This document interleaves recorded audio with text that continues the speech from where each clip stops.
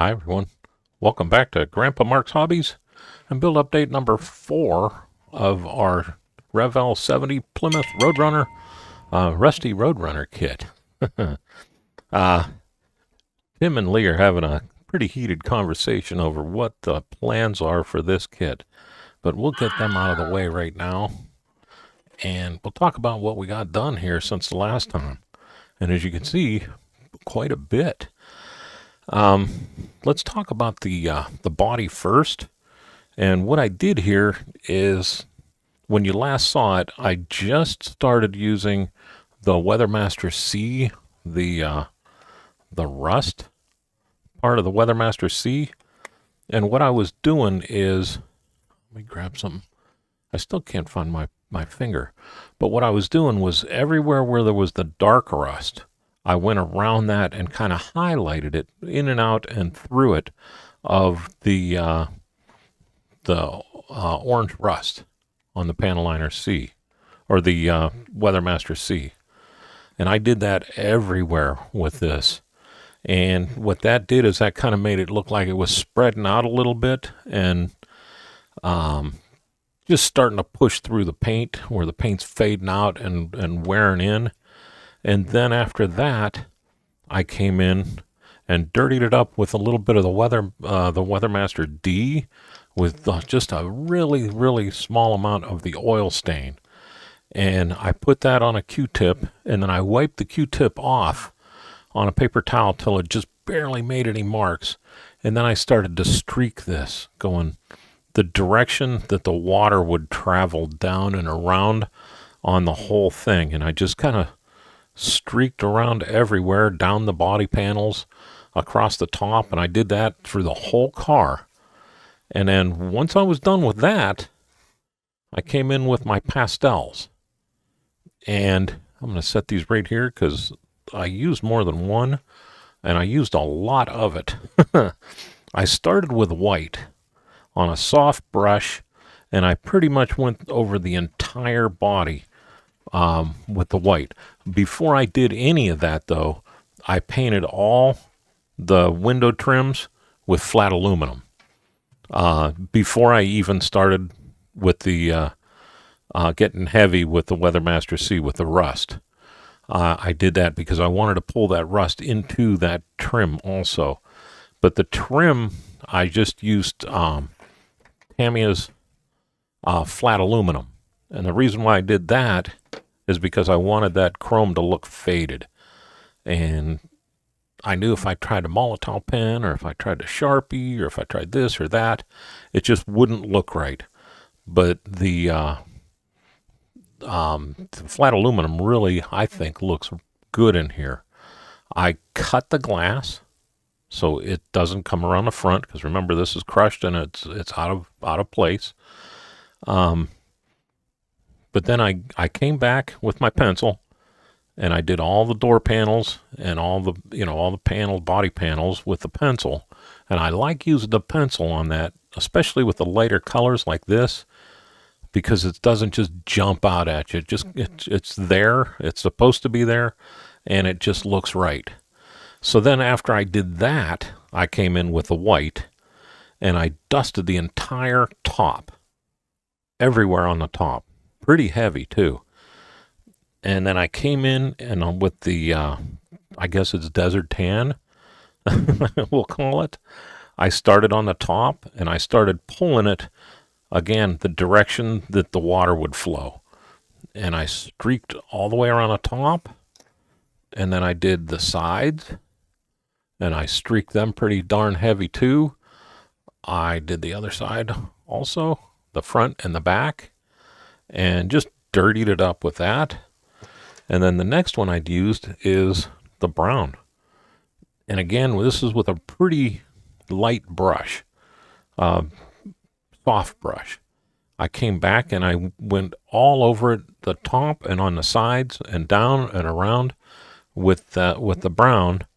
And then when that was done, I came back again and went over just the top with the white again. And then I realized, well, I shouldn't have done the panel lines, so I came back with the pencil. I did the panel lines again, where the door dents were, I went pretty heavy with not only the Weathermaster C, but with the brown, and kind of streaked everything down. And you remember I also had used the brown panel, Tamiya's brown panel liner too in there to do a bunch of the runs and things like that. Like up here, I put it in pretty heavy and let it run down the gutter just like it's supposed to, and then fill in right in here where it would, and down underneath the doors and the shotgun blasts and the dents and all over the place, and just really dirtied this thing up pretty good. You see, I only have the back tires, and they are flat. The rims on the back tires are painted flat aluminum, and then the Tamiya's black panel liner went all around them, and then I came back with the pastels, with the white, the yellow, and the brown on that too, and I worked the tires and the rims straight down, just like all the weather would be coming down on top of it, running off the car and everything. I did that with the tires too, and just ran them straight down. So I went from there to deciding, okay, if I keep going, I'm going to screw this up. So I decided that was the perfect place to stop, and I came in and I started working on the engine compartment. I added my radiator hose and put that over. I painted both of the bottles gray, like they were weathered out, and it was the best color I could find that wasn't just super bright. So I went with the gray, and that's, if I could reach it here.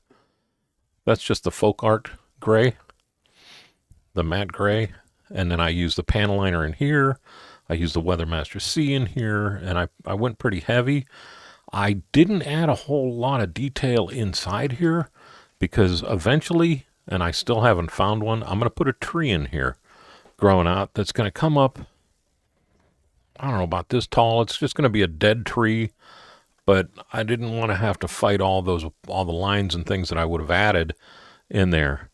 The other thing I did is the back part of this, I painted flat aluminum just to knock the gloss down, and then I weathered that out just like I did the top. And I wish that you could see how this looks that's not in the camera, because that's still looking pretty darn shiny, and it's not. It's flat as flat can be. So now I'm going to back you up here. I'm going to lift this up and out of the way. Try to get you a little bit better here because I want to show you this front. I'm pretty happy with this. I weathered everything out as good as I could.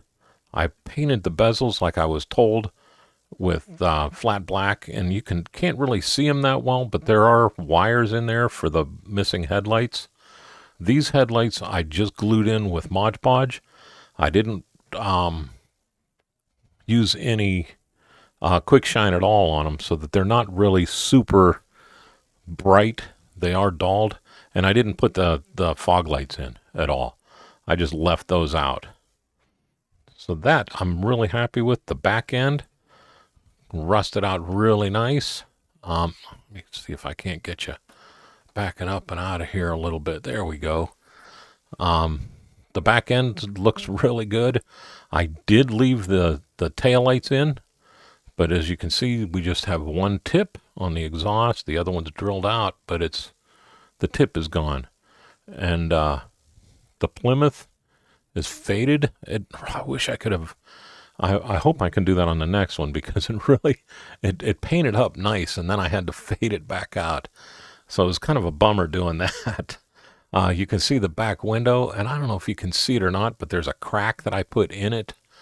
And then again, I came over that with the pastels, and that's all I used to flatten that and give it the haze like it's been sitting in the weather forever, is just pastels. Again, I can see my fluorescent light just blaring on that, and it's dull. It's not as shiny as it is there, but what can you do? It's just that much light. Like this is awful yellow, and it's not. It's flat. It's as flat can be. Then on the bottom, just pretty basic because it's going to be covered up. But I did do the holes in the exhaust, like I said, and weathered them out. The tips are weathered out. I drilled out even the tips here. I cut off the flat parts where they go into the headers or the manifolds and drilled those. I left the spindles flat aluminum, and then everything else is just pretty much the way it was the last time I showed it to you. The interior, let me bring a picture of the interior before I installed it. It came out fantastic, and again, that seat worked out great. The dirt is all pretty much pastels, and the Weathermaster D, I think it was, I used a little bit of the oil in there, but it's mainly the black, brown, desert tan, and white pastels that did all that. So that was really, really, really fun to do, and I'm definitely going to do it again sometime. I even took the stick shift out and drilled a hole in it where the shaft would have been for the stick shift. So it's just the rubber boot in there now too. The door panels were easy to paint. There's real predominant. So I painted them up, and then I weathered them out again with the pastels, and that's it. No panel liner or nothing. And when it's inside here, let me bring it back. And I'm going to pull you down again. Here, let me do it this way maybe. And see if you can see inside there. I think it came out pretty darn good for a rust bucket. You can see the seats tore up. The back seat I even tore up just a little bit, but it's dirty. You can't see through the window just like I wanted. The dash is all dirtied up. I even painted the rear view mirror flat aluminum. So it's there, but the windows are gone. And it's ready for the next step now. So what I'm going to do with this is going to get put in a box here for a little bit. And why? Is because I have a second one of these that Lena sent me out that's in perfect condition. Remember, this one was crushed up top here. The one he sent me is in perfect condition, and I thought, you know what? I'm going to build that one exactly the same color as this one, and I'm going to do like a before and after, or an after and before. So it's either before the restoration would be this one, or after at the end of its life, it's going to be this one. Either way you want to take it, but it's going to be a really factory fresh and an old beat up one sitting on the same display. And what I ended up doing, and I'm all excited about this because I've wanted to do something like this for a long time, is I got a heavy duty turntable. And this has 3 speeds. Whoops. There we go. It's got 3 speeds, and one of them is super slow. And it takes it a while to wind down. But I'm going to put this on here. I'm going to make a base that's 9 inches or 10 inches by 8 inches. And I'm going to put both of those on here. You can hear it winding down now. But I'm going to put both the new and the old build on here. And in between the two of them, let me turn this off. Get it out the way. I'm going to use a fence. So I'll have the cars right up next to the fence on the base, spinning around, with the new car side or the clean card side on a nice pavement or cement or something like that. And then on the old side or the back side, which is I'm going to use this, I'm going to have it sitting in dirt with brush. Like I said, the tree growing out of it and a little bit of undergrowth. I'll have the bricks underneath it. I'll dirty up the bricks a little bit. And we'll do like a Mod Podge little dirt lot, like an aisle or a alleyway.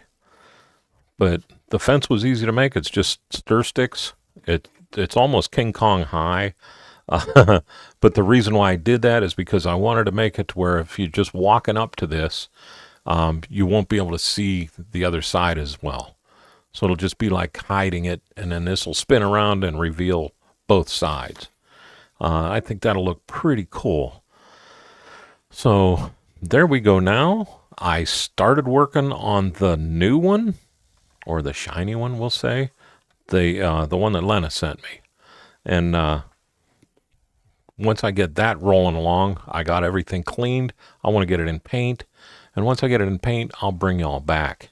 And we'll start going over how that's going to go with this one and how everything's going to just roll out. So for right now, I will let you go. I want to thank everybody for the thumbs up and the subscriptions and just all the comments and all the good words and help that you all have been giving me. I really appreciate it. But with that, I'll let you go. You all have a great day and a better tomorrow. And thanks again for watching.